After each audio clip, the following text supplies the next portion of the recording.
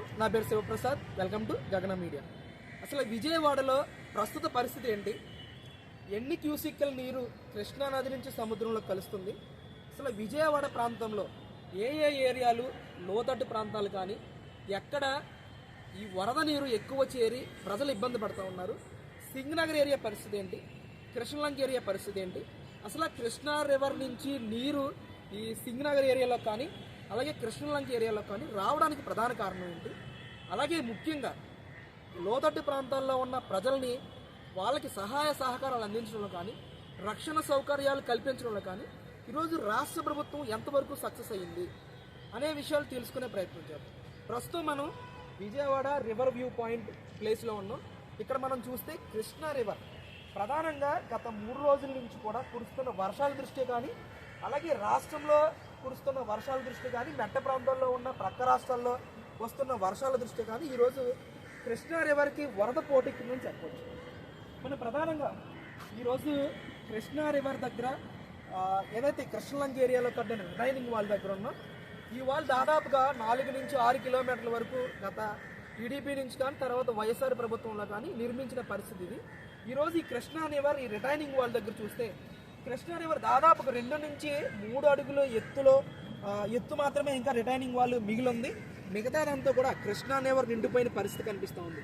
చూస్తే ఆ ప్రవాహం చూస్తే గతంలో ఎన్నడూ లేదు ఈ విధంగా. ఇక్కడ ఏదైతే ఈ విజయవాడ వాసులు కానీ అలాగే పుట్టి పెరిగిన వాళ్ళు చెప్పిన మాటలు ఏంటంటే, ఇక్కడ ఉన్న పెద్దలు కానీ చెప్పే మాటలు ఏంటంటే, గత 30 సంవత్సరాల నుంచి ఎప్పుడూ కూడా ఇలాంటి వరదను మేము చూడలేదని చెప్పేసి అంటూ ఉన్నారు.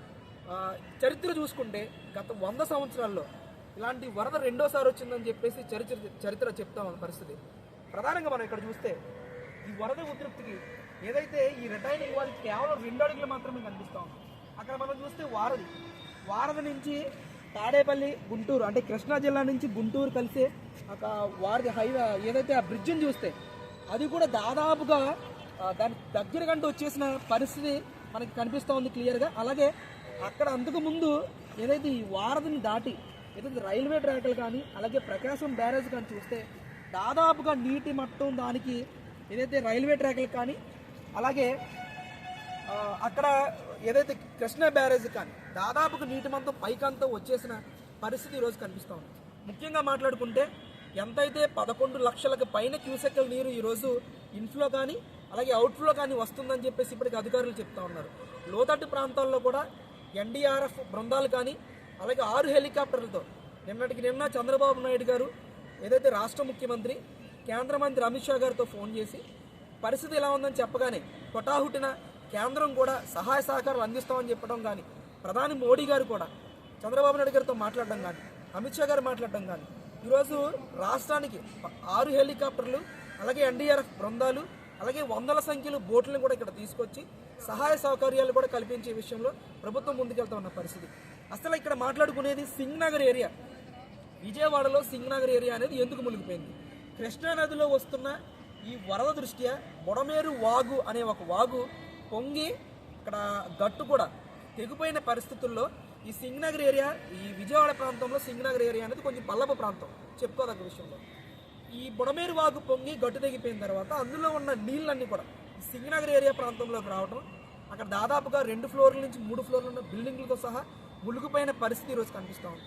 గత నిన్న 2 రోజుల నుంచి కూడా చంద్రబాబు నాయుడు గారి కృష్ణా జిల్లాలో సింగనగర్ ఏరియాలో కానీ అలాగే విజయవాడ వరద ప్రభావిత ప్రాంతాల్లో పర్యటిస్తూ ఎన్డీఆర్ఎఫ్ బృందాలు రావడం కానీ అలాగే సహాయ సౌకర్యాలు అందుతున్నాయా లేవని చూసుకోవడంలో కానీ సక్సెస్ అయ్యారని చెప్పవచ్చు. ఎందుకంటే రాత్రి 4 గంటల వరకు కూడా అర్ధరాత్రి 4 గంటల వరకు కూడా వాళ్ళు భోజనం చేశారా లేదా అనే విషయంలో కానీ అలాగే ఆయన ముందుకెళ్ళి ఆ పడవ మీద వరద ప్రాంతాల్లో ఆయన ఏరియల్ సర్వే కాకుండా వాటర్ మీద ఏదైతే ఈ వరద ప్రభావిత ప్రాంతాల్లో బోటు మీద వెళ్ళి నేరుగా వాళ్ళని కలుసుకోవడం కానీ ఎవరైతే చిన్నపిల్లలు కానీ ప్రెగ్నెంట్ లేడీస్ కానీ ముసలి వాళ్ళు కానీ వాళ్ళందరినీ కూడా ఈరోజు బయటకు తీసుకొచ్చి సురక్షిత ప్రాంతాలకు తరలిస్తూ ఉన్న వీడియోలు కూడా మనం ఈరోజు సోషల్ మీడియాలో చూస్తూ ఉన్నాం. అలాగే ముఖ్యంగా ఇప్పుడు ప్రస్తుతం ప్రకాశం బ్యారేజ్ నుంచి దాదాపుగా 11 లక్షల క్యూసెక్కుల నీరు బయటకు వచ్చిన పరిస్థితి. అవుట్ఫ్లో ఎంతైతే ఉందో ఇన్ఫ్లో ఎంతైతే ఉందో కృష్ణా రివర్కి బ్యారేజ్కి అవతల ఎంతైతే వాటర్ ఫ్లో వస్తుందో అంతే ఫ్లో బయటకు వదిలేసిన పరిస్థితి మనకు కూడా కనిపిస్తూ ఉంది. అక్కడ ముఖ్యంగా కృష్ణా బ్యారేజ్ మీద కూడా పరిస్థితి అంతకంత అధ్వాన్నంగా మారుతున్న పరిస్థితుల దృష్ట్యా వాహన రాకపోకలను కూడా ఆపేసిన నేపథ్యం ఈరోజు కనిపిస్తూ ఉంది. ముఖ్యంగా ఏది ఏమైనా కూడా ఈ రామలింగేశ్వర నగర్ కానీ అలాగే కృష్ణలంక ఏరియాలో కానీ ఈ రిటైనింగ్ వాల్ కట్టినా కూడా ఎందుకు ఈ వాటర్ వచ్చిందనంటే ఏదైతే ఈ కృష్ణా రివర్ ప్రవాహం ముందుకు వెళ్ళిపోయిన తర్వాత ఈ 4 నుంచి 6 కిలోమీటర్ల వరకు ఈ రిటైనింగ్ వాల్ కట్టారు. గతంలో టీడీపీ కానీ ఆ తర్వాత వైసీపీ కానీ దాన్ని కంటిన్యూ చేయడం కానీ కట్టిన తర్వాత ఏదైతే ఆ తర్వాత మిగిలిన ప్లేస్ నుంచి ఈ కృష్ణా రివర్ వాటర్ అంతా కూడా వెనక్కి రావటం వల్ల రామలింగేశ్వర నగర్ కట్ట ఏరియాకి సంబంధించిన అన్ని ఇల్లులు కానీ అలాగే ఇలా ముందుకు వస్తే ఇస్కాన్ టెంపుల్కి సంబంధించిన బ్యాక్ సైడ్ ప్రాంతం అంతా కూడా అలాగే కృష్ణా రివర్కి సంబంధించి ఈ ప్రాంతం కానీ కృష్ణలంక ఏరియా కానీ ఇవంతా కూడా లోతట్టు ప్రాంతాలు అవటం ఈ కృష్ణా వాటర్ మొత్తం మళ్ళీ వెనక్కి రావటం వల్ల ఇవన్నీ మునిగిన పరిస్థితి కనిపిస్తాం. ఇప్పటికే రాష్ట్రానికి సంబంధించిన ఏదైతే నీటిపారుదలకు సంబంధించిన అధికారులు కానీ ముఖ్యమంత్రి కానీ అలాగే జిల్లా కలెక్టర్లు కానీ ఐపీఎస్ అధికారులు కానీ మొత్తం అందరూ కూడా మంత్రులతో సహా గెలిచిన ఎంపీలతో సహా ఈరోజు విజయవాడ ప్రాంతంలోనే ఉండి అనుక్షణం ఇక్కడ పర్యవేక్షిస్తూ ప్రజలకు ఎలాంటి నష్టం కలగకుండా చేయాలనే ఉద్దేశంతో ముఖ్యంగా ఈ చంద్రబాబు నాయుడు గారు రక్షణ చర్యలు చేపట్టారు.